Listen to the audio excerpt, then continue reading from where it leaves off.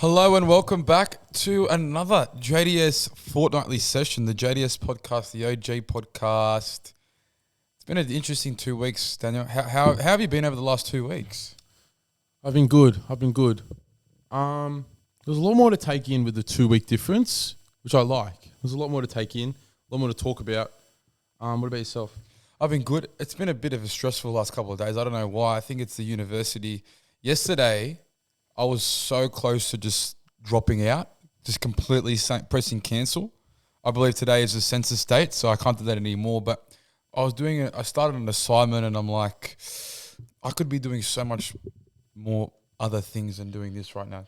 You know what I mean, Daniel? Understandable. Anyway, you want to head for the 10 for 10? Let's go. You want to start us off this week? The usual 10 for 10. My first topic is McDonald's has been a topic on the podcast before, as we know. Multiple times. The sauces, the burgers. There's a new thing. The chocolate soft serve. Have you tried it? No. Wow. It is, where has it been all my life? Really? It's unbelievable. Have they bring this out before? I have had it, I think, twice, but it's a bit of a... like, Previous years? I just went and then it wasn't even advertised. I just asked and then they had it. Like, they don't advertise it. I feel like it's a bit of a secret item. Secret menu. But it is pretty good, and I want to know where it is on my life. It trumps the vanilla in my opinion. And it's the same price. It's like $1. I can't see that happening. I have to do a taste test on that. But that was my point. Where has it been all my life? There's so many new McDonald's products I'm discovering. I'll have to try. I would have loved them I love them at the age of 19. Imagine at the age of 7. Frothing. It would have been unbelievable. Frothing. Salivating. Next one. My first 10 for 10 is labelled shit search. So me and Auntie Caroline obviously had seen a dropping of feces of some sort by some type of animal, and Auntie was quite interested in what type of animal it was. Anyway, we're looking at it. Out of nowhere, I have no idea what she's doing. She grabs out her phone, excuse me, puts the phone camera up against the feces. Yep. And all of a sudden, it's labelled and come up with the Google search of what animal the feces is from. Oh. Like she had an app or something. No, it was just on Google. I don't know what it might have been an Android thing. I'm not an Android type of guy, but I'm not. It might have been. It was a rat. And it was a certain type of rat. I don't know the name. That is really weird. But that's concerning. The fact that you can put that up and it knows what it is, and it can identify what type of animal it is. I thought that was quite interesting. That is really weird. And imagine what else they can do with that type of technology, Daniel. Moving on, obviously during the week, the viewers would have seen by now that we tried the Smith's fried chicken burger chips. Yep. And it was obviously disappointment. So my point is that they need to stick to the original flavors. Yeah. So I want to ask, what are your top 3 chip flavors of all time? I've got my 3 written down. I'll let you give it a quick think. Yeah, hit me. At number 3, I've got sea salt. And this is the classic. The Smith's variant only? Smith's, yes. Yep. Okay. Number 2 is chicken. Yep. And number 1 is barbecue. See, I thought you're more of a number 1 type of chicken guy. No. Not the chicken is good in some aspects, but the barbecue is more versatile. Number 1, I'll go. Number 3, I'll go. I'll go sea salt. Sea salt. For number 3. Number 2, I'll go chicken, and then number 1, I'm going to go cheese and onion. Obviously, so barbecue's not even in the 3. Barbecue not top 3. Barbecue not top 3. That's interesting. Controversial. Lost cause is my next one, Daniel. I was walking to uni last week actually, and as I'm crossing the road, a backpacker came up to me in some type of distress. I had my AirPods in. And I was listening to music, so she was just mouthing words to me. I took my AirPods out, and she said, "So, do you know which way Elizabeth Street is?" Now, Jeez. You know me. I am clueless with geographical locations. So I didn't even think to search it up on my phone and direct her, but I instead just pointed behind me and said, "Yep, it's just down that way and the second left." Now, so you had no idea though. No idea. So you sent her the wrong way. Well, that's the thing. I went to look onto my phone. I searched up Elizabeth Street quite a little bit later, and I realized I had sent her the complete opposite direction. It was like instead of sending her north, I sent her south. Why did you even give her if you didn't know it? That's ridiculous. Pressure does weird things, Daniel. Number 3. So at at our work, Joel, you would know that or in every bar or whatever in Sydney, water is it has to be free. So it has to be on tap for free. Still water, correct. However, I've seen an increasing amount of people purchasing panel water, which is in the bottle. I'd love to try it one day. I have tried it. It literally tastes like it's been filled up from a tap. It tastes the same. I don't know what it's got to be just for the visual. Maybe it's a placebo. It has to be some sort of placebo. It's got to be for the visual, I think. Like people like if you see another person with the panel water, you think, geez, this guy's got some cash. It's about $7. Got a bit of money for a bottle of water. When there's a tap to your left for free. Exactly. What is the point? I don't know. It's a purified water. I think that's what it is. I think that's its thing. Purification. But it's water's water. You know what I mean? Well, unless you're in South River, Daniel, the water can get quite disturbingly murky. Bear dog Daniel. A Chinese family. Actually, no. Moving on from that one. Firstly, a woman who marries herself has applied for a divorce within 24 hours. Jesus. Over the last couple of weeks, a woman has married herself and divorced herself over 24 hours. Daniel, what do you think she divorced herself? What do you think happened in the single relationship? Herself? Well, that's the thing. Maybe she cheated on herself. I thought maybe the sex life was poor, considering she's by herself. I mean, what the hell does this say about this person for the future, though? Who is going to approach this woman when she can't even live with herself? So what was the reason she got divorced? It was unclassified. Unclassified. Maybe she just realized that it was a bit stupid. Yeah. Stupid. To marry herself. Moving on. My fourth. The other day I turned on the TV, Joel, and you actually saw, we're watching WWE Raw. The OG. And I wouldn't say I was watching it. WrestleMania. It's WrestleMania season. You were watching as it. we know. You were watching it. And Logan Paul is now, it was news to me, Logan Paul's in WWE. Yeah. And obviously we've seen celebrities, when we were growing up, there were celebrities involved. Yep. But I don't think it was to this scale, as Logan Paul is fighting one of our favourites growing up, Seth Rollins at WrestleMania. One of my personal favourites. And if this is my point, if surely they're going to make Logan Paul lose, because otherwise it's pretty embarrassing for the career of the actual guy who's there every week, been working for years. Over multiple years, yeah. Exactly. To lose to this guy that's a YouTuber that's just coming out of nowhere. So, what is it too predictable? Is it even worth it to have him lose? I think it's even worse that Seth Rollins is still in the WWE. I mean, the fact that they're still on the same superstars in the main event at WrestleMania is concerning. Well, I don't think it's a main event. Move on. You done with that one? Yes. European adventures, Daniel. I've obviously booked a European holiday. Obviously. And one of the destinations obviously is Greece, obviously is Mykonos. And we became aware, my friend Patrick said to me that within Mykonos, within the villages, within the beaches, there's a man called Elephant Man who inhabits the area. He is a party animal. And any reason, what's your initial thoughts as to why they call him the Elephant Man, Daniel? Is this got something to do with the trunk? Definitely. Yeah. The trunk was involved in his genitals. Yes. That's now, the Elephant Man is known for having a monster downstairs region. He obviously, there's pictures, Patrick has seen him before, and there's pictures of him with the Elephant Man, not Patrick, the Elephant Man, wearing that sock over your undies, and it's like a trunk.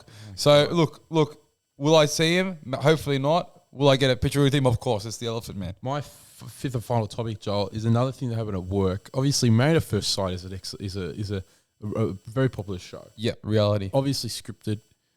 But at work, I saw some of the people that have been on the show previously. People, yeah. And it occurred to me that they genuinely think that they are a celebrity. Elaborate. Shall we say a top dog? I heard one of them say to another one. So I was at this event, and it was me and a bunch of other celebs. Are you kidding me? It's brainwashed. The use of other celebs is instigating that he or she is a celebrity. It's ridiculous. Yes, it's reality TV. Yes, everyone will know who you are, but do you classify as a celebrity? No. It's very egocentric for them, and you could feel like they were getting ripped into by other people. That's a great word, egocentric. moving on to my fifth and final 10 for 10, Daniel. It is bear dog. A Chinese family has adopted a dog that over 2 years of them owning it has now been identified as a bear. Now, there is a dog, I don't know if it's just in China, but there is a species of dog called, if I pronounce this correctly, Tibetan Mastiff, which is a dog that can get up to 150 pounds in weight. So yes, the 150-pound dog was no longer a dog. It is a bear species. How do you get this one wrong, Daniel? Well, obviously they've got it thinking it was a dog and it's turned into a bear. It's a bit of a dodgy dealing, it sounds like. I don't know how you get that one wrong. And that leads me into the next segment, Daniel, which is the list. And my list member is Su Yun. You just made the list! Su Yun is the father of this family. Now, Su, I apologize if I'm pronouncing this incorrectly, but let's just name him Yun. Yun lives in this Chinese village. Now, if you're the father of a family, you're not, by adopting this animal, this bear, you're not only yourself in danger, but potentially your whole family, potentially your younger children, potentially your infants. Now, it took 2 years for Su Yun and his family to realize that this dog or this bear had a monster appetite and its unusual ability to walk on 2 legs. 2 years to realize, hold on, this dog is walking on 2 legs like a human, like a bear, like some other species besides a puppy. Now, if I saw our dog BJ walking on 2 legs, I would be concerned. Maybe he's possessed because considering his size, BJ would not classify as a bear. No, he wouldn't. Maybe it's a possession thing, but Suyu's family could have died, and it could have made this. If he's coming from a small village, the damage this bear could have done to the small village. I mean, my goodness, there could have been houses, there could have been deaths, there would have been a lot of blood. That's for sure. But Su Yun, like, I don't know, mate. I don't know what you're thinking, and if you're listening, Su Yun, you are my list member for this week. There you go. Okay, moving on to my list. My list, it's a bit of a broad. It's more of it's a scenario, but my list member is gonna be Service New South Wales, and I'll tell you what. Wow. It was an event that occurred that as you listen to it more and more people are to blame. It is Service New South Wales / this guy that was there. Okay. Attending. I don't know his name, but so Mum and I went for a matter to Service New South Wales, and our matter, there was a line at the door. Yep. So we go to the back of the line, but the thing we were there for, there was a sign saying, if you're here for this, you don't need to line up. Yep. So me and Mum just go in, right? And it did, like, I can understand where he was coming from. It did somewhat look like we were pushing in the line. There were some dirty looks given to us. Which is, yeah, But that's expected. So then I start talking to the guy about what we're there for. And then this guy who was at the front of the line, Oh, no. he was from Spain or something. Oh, shit. And he says, I hear him talking to Mum, and he goes, Madam, do you see the line? I just heard Shit. it. I heard it, and I was like, surely he's not talking to Mum. Like, we're obviously not going to push into the front of the line. We're obviously like following some sort of rule. And then I hear the voice of Mum, and if every mum has a voice where they're angry and they're Pissed off. They're in a mood. Pissed off. I hear Mum go, yes, I did see the line. Yes, I did see the line. And then he goes, well, there's other people waiting. And then Mum goes, did you see the sign? Oh, wow. Not only is that powerful, it's quite rhythmic. Mum goes, did you see the sign? And then he just ignored that comment. And the sign said, If you were there for what we were for, don't line up. wow. And then he just ignored that comment and said, there's other people waiting. And Mum said, yeah, well, we're here for this and you don't need to line up. There's a sign out the front. And then he said, well, there's other people waiting. And then Mum just left it. As you should. I mean, he sounds like a bit of a delinquent. It was very, like, the feeling I felt when I heard him speak, and I was like, please don't be talking to Mum. And then I heard, yes, I did see the sign. Well, maybe she wasn't. Maybe, like, you could ignore that as well. Mumsy could have ignored that. But the fact that she probably wasn't even facing the bloke, turned around, identified the Spanish man. Well, there was a bit. The and tension hit was back. definitely drawn to her. Hit back. And then, as we were going through the process, he actually ended up at the desk next to us.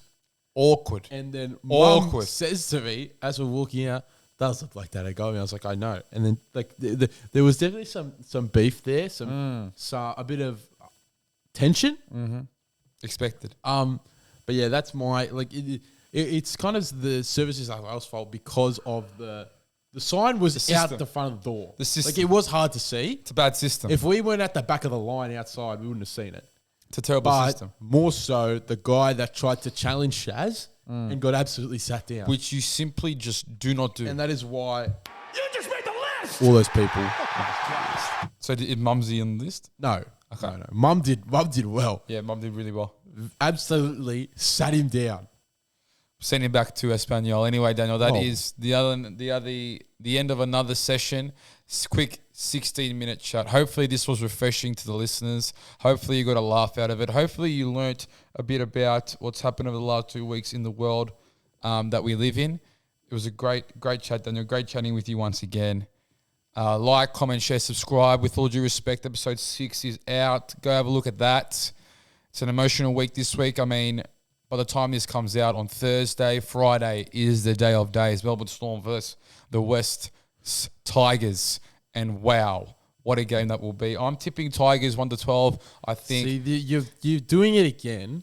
You're scared the Storm are going to lose. The Storm are the favourite. You're trying to flip the script. You're trying to say that if the Storm win, it's an upset when it's clearly not. I'm tipping Tigers 1-12. If the Storm win, and is an upset. Say that.